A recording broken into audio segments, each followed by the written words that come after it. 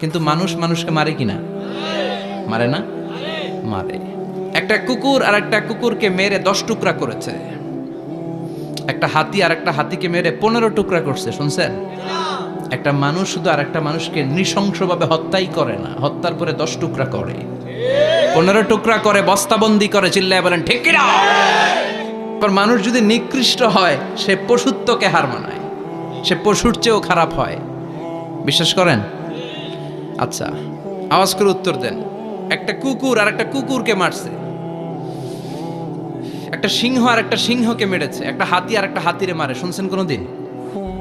কোনোদিন শুনবেন না। হাতি হাতিরে মারে না, কুকুর কুকুরে মারে। একটা কুকুর জনপদের সব কুকুরগুলোকে সাবার করে দেয় না, একটা হাতি ওই বনের সব হাতিকে শেষ করে দেয় না। কিন্তু মানুষ আগুন জ্বালিয়ে জনপদের পর জনপদ ছারখার করে দেয়, বোমা মেরে জনপদ উড়িয়ে দেয়।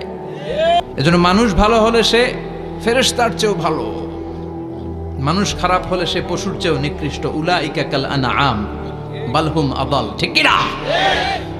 আল্লাহ বলেন তখন আর সে মানুষ থাকে না।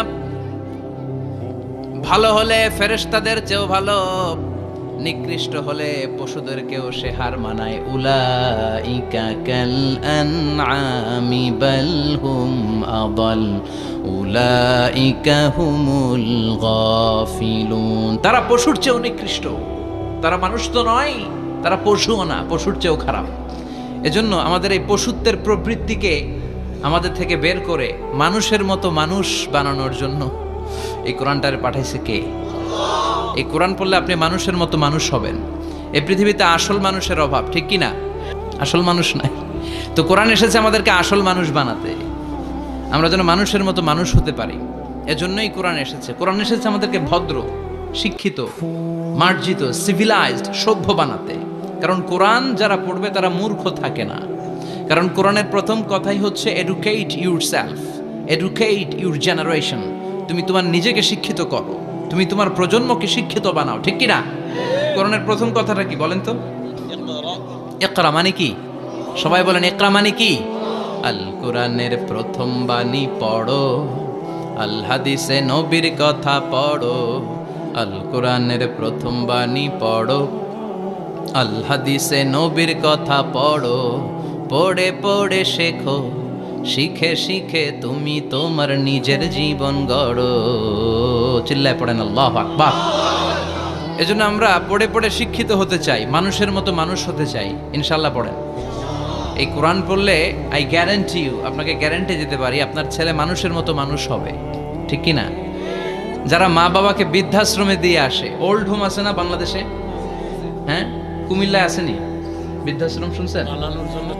বানানোর জন্য চেষ্টা চলছে। ছেলে আমার মস্ত মালিক, মস্ত অফিসার, মস্ত ফ্ল্যাটে যায় না দেখা এ পারে ও পার।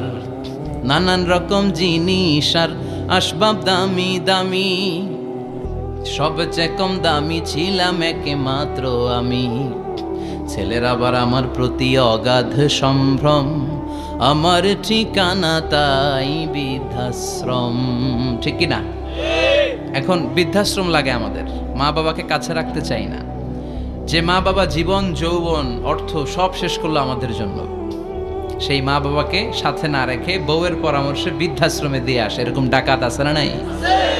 যে মা বাবা, যেই লোকটা যারা মা বাবাকে বৃদ্ধাশ্রমে দেয়, ওর বৃদ্ধ বয়সে ওর কপালে বৃদ্ধাশ্রম জুটবে না। ও ভাঙ্গা থালা হাতে নিয়ে রাস্তায় ভিক্ষা করে খাবে, আমি লিখে দিলাম। চিল্লা এখন ঠিক কিনা? এজন্য যারা শেষ জীবনে বৃদ্ধাশ্রমে থাকতে চান না, তারা ছেলেদেরকে এই বইটা একটু পড়ায় দিন। এই বইটা পড়াই দিলে, এই বইটা শিখলে আপনার ছেলে আপনার বৃদ্ধাশ্রমে দিয়ে আসবে না। আপনার ছেলে মানুষের মতো মানুষ হবে। মানুষকে দিয়েছে আল্লাহ অসাধারণ সম্ভাবনা।